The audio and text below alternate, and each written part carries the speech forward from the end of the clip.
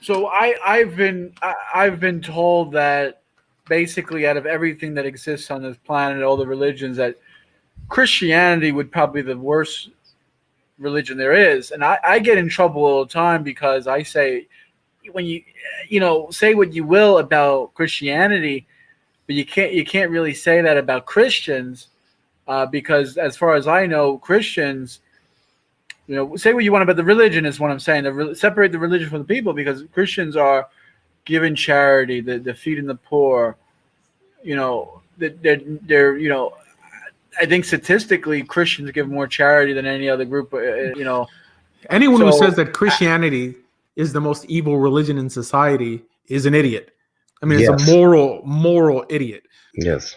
It was the Christians that abolished slavery. It's the Christians that are fighting the abortion doctors in the name of Christianity. You can't separate a Christian from Christianity. But just because they happen to have partnerships in the Godhead, that makes them evil.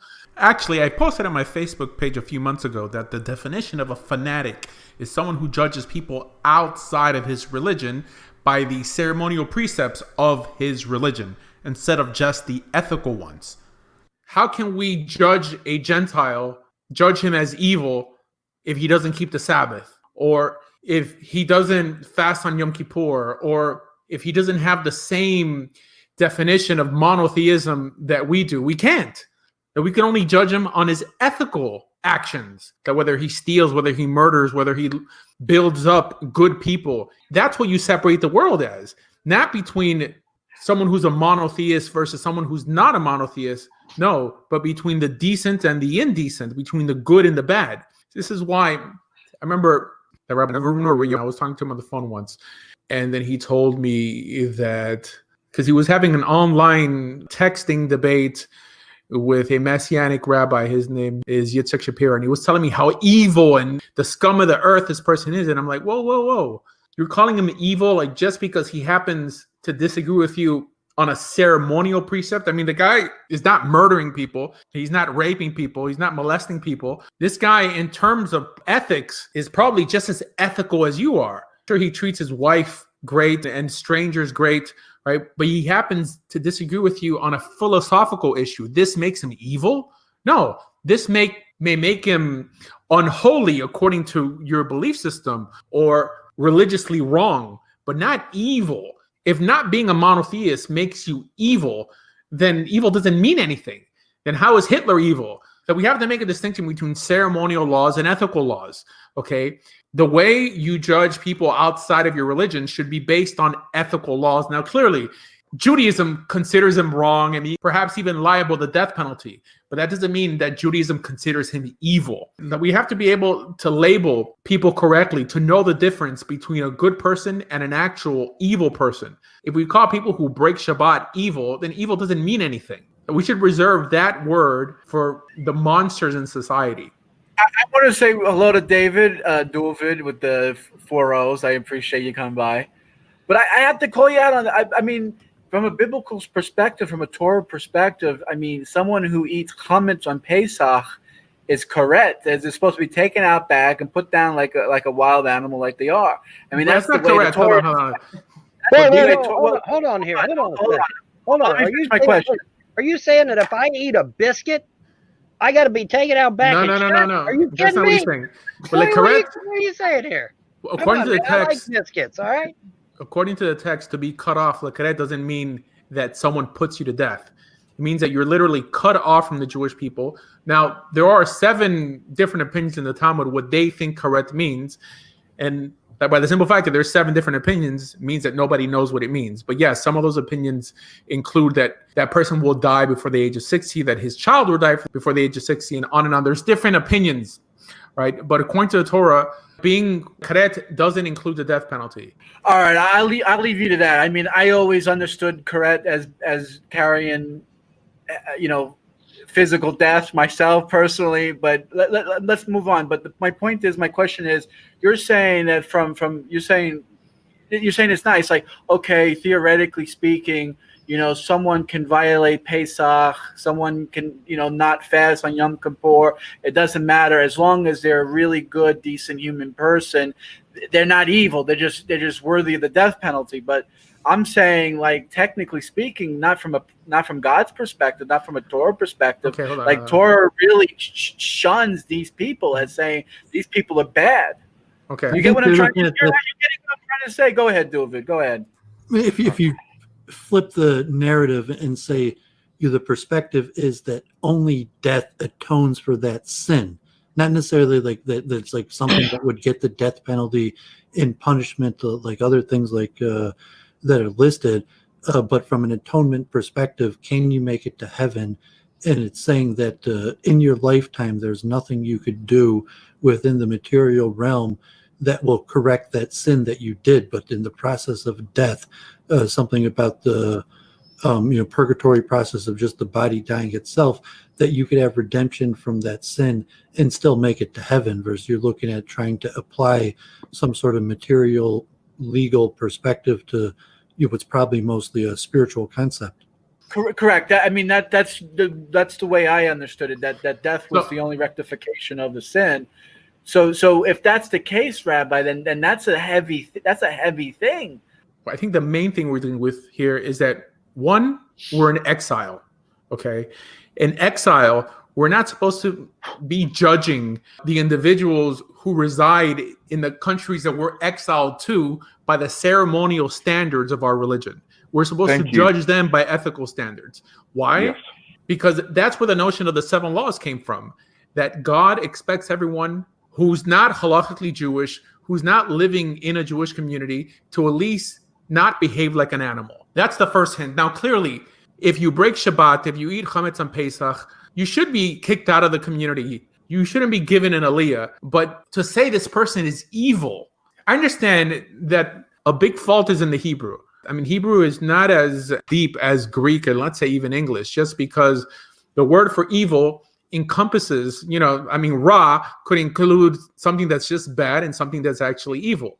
Even murder technically says do not kill, but the context is do not murder, just because there isn't, mamish, a word for only murder in Hebrew. If it's like that, the Galul Hadam is committing murder. So being in Galut, we can't call people who break just ceremonial edicts evil. I'm not saying that you can include them in the Jewish community or marry your kids to them. Of course not. Because we're Jews. Questionably, you can't call anyone evil under any circumstance, even if you're in an ancient system or a system where you were applying the death penalty, that you didn't necessarily say the condemned person was evil. It's just they committed a crime and the punishment was so-and-so and it must be carried out. But to say that they're evil is more an implication of what's going to happen to their soul after they die, or some sort of spiritual calculation that we believe is beyond our knowledge. That only like God's going to know how his soul is going to be judged. I think you're right with what you're saying, because the only one who calls anyone evil in the text, it seems that it's only God calling people evil. It seems like the court just metes out justice. If you do something that happens to have a death penalty or some punishment attached to it, the court should really mete that punishment with feelings aside, not yelling at them. And I mean, nowadays, like if you disagree with something some popular rabbi says online, they unleash the epithets. Apikoros, Akum, Min, but they'll start calling you every name in the book just to insult you. But it seems like the court wasn't into insulting people. They cared about justice being served, i.e. you stole something, return it. You killed someone, you have to be killed. In terms of someone getting or not getting into heaven, the notion of your soul being atoned for murder, it's not atoned for as some sort of ticket into heaven, but just that justice was served. That's it. Just because the notion of an afterlife is not specifically mentioned in the text.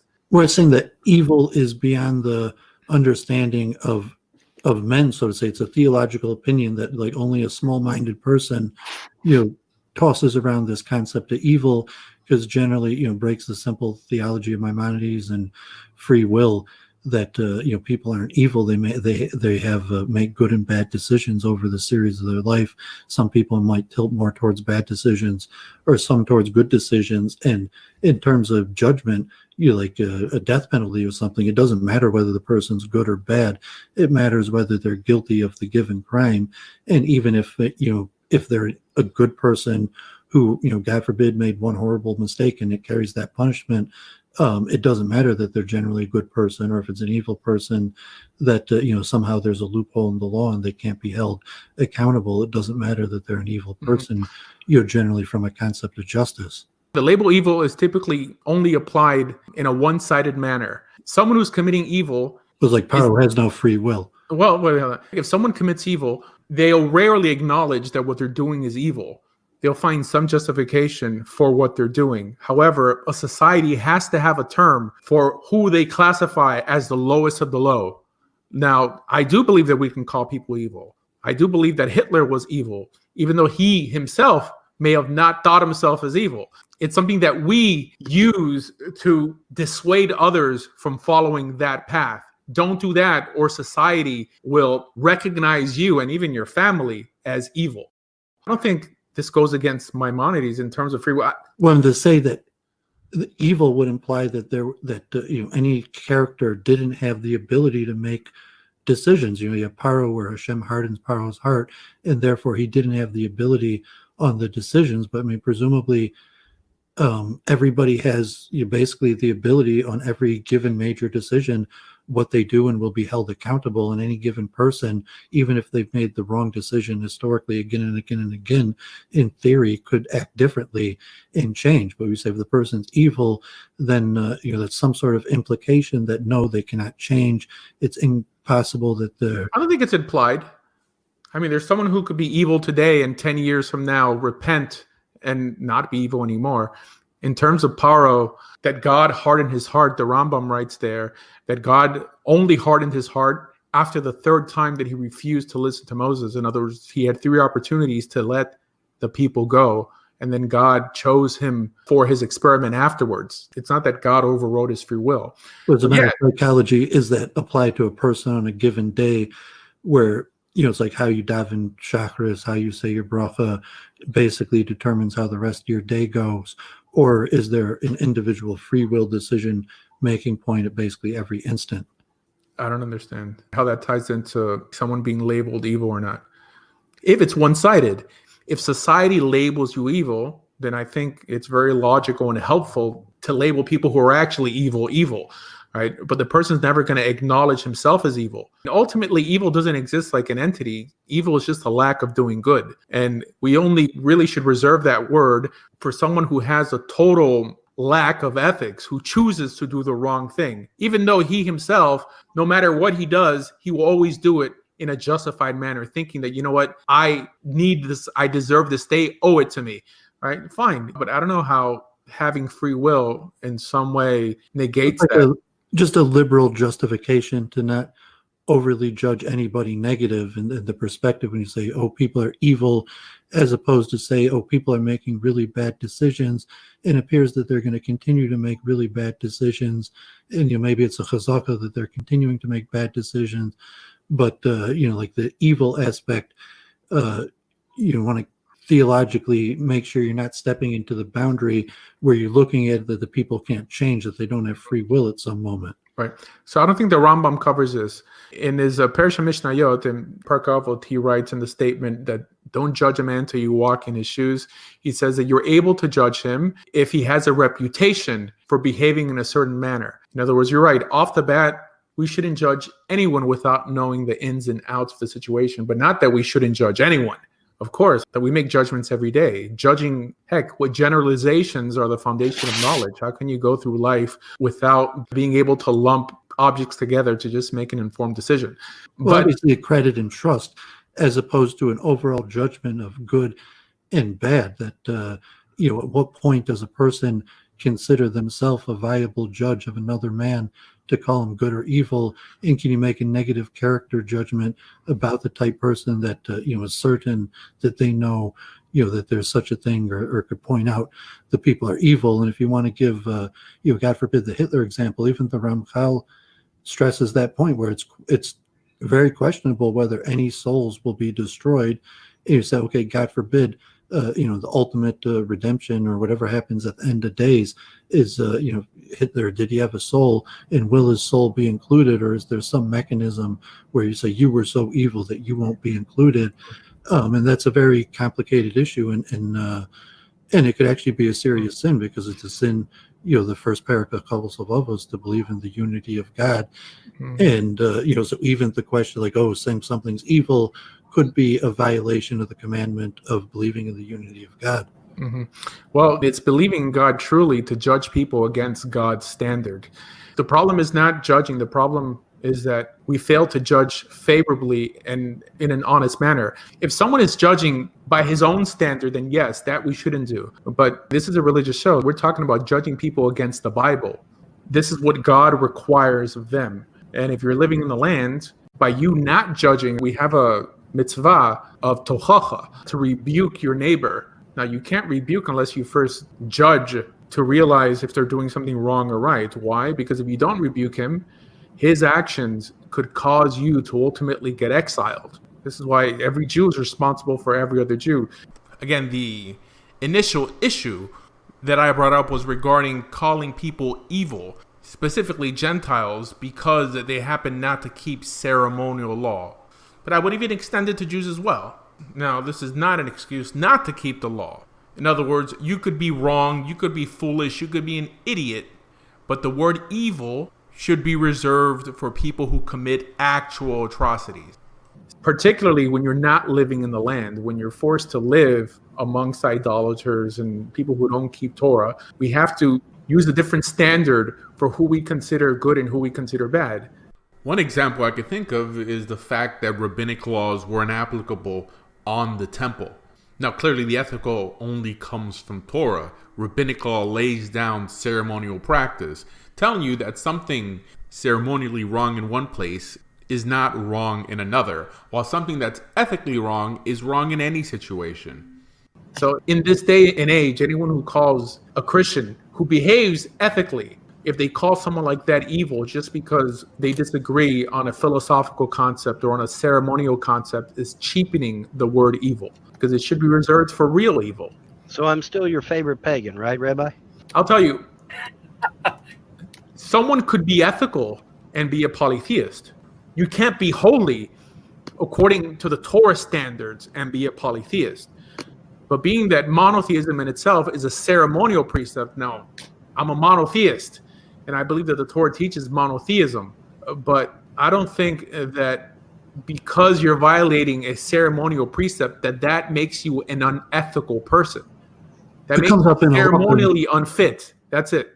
Well, halakha, I mean, if you want to discuss it, you can. But the concept of someone watching kosher food and being a yiras Hashem, and practical application of like Muslims or atheists or different people that you trust to watch kosher food, where you'd have to standardize this person, whether they're, so you have a whole bunch of things you judge a person by, and like a person could be very trustworthy with money, they could have very good credit, but they could be untrustworthy in a different aspect. And so you have a dynamic measure. That's where so you're not just saying, evil in all good categories the person doesn't have, and all bad categories the person is in that area.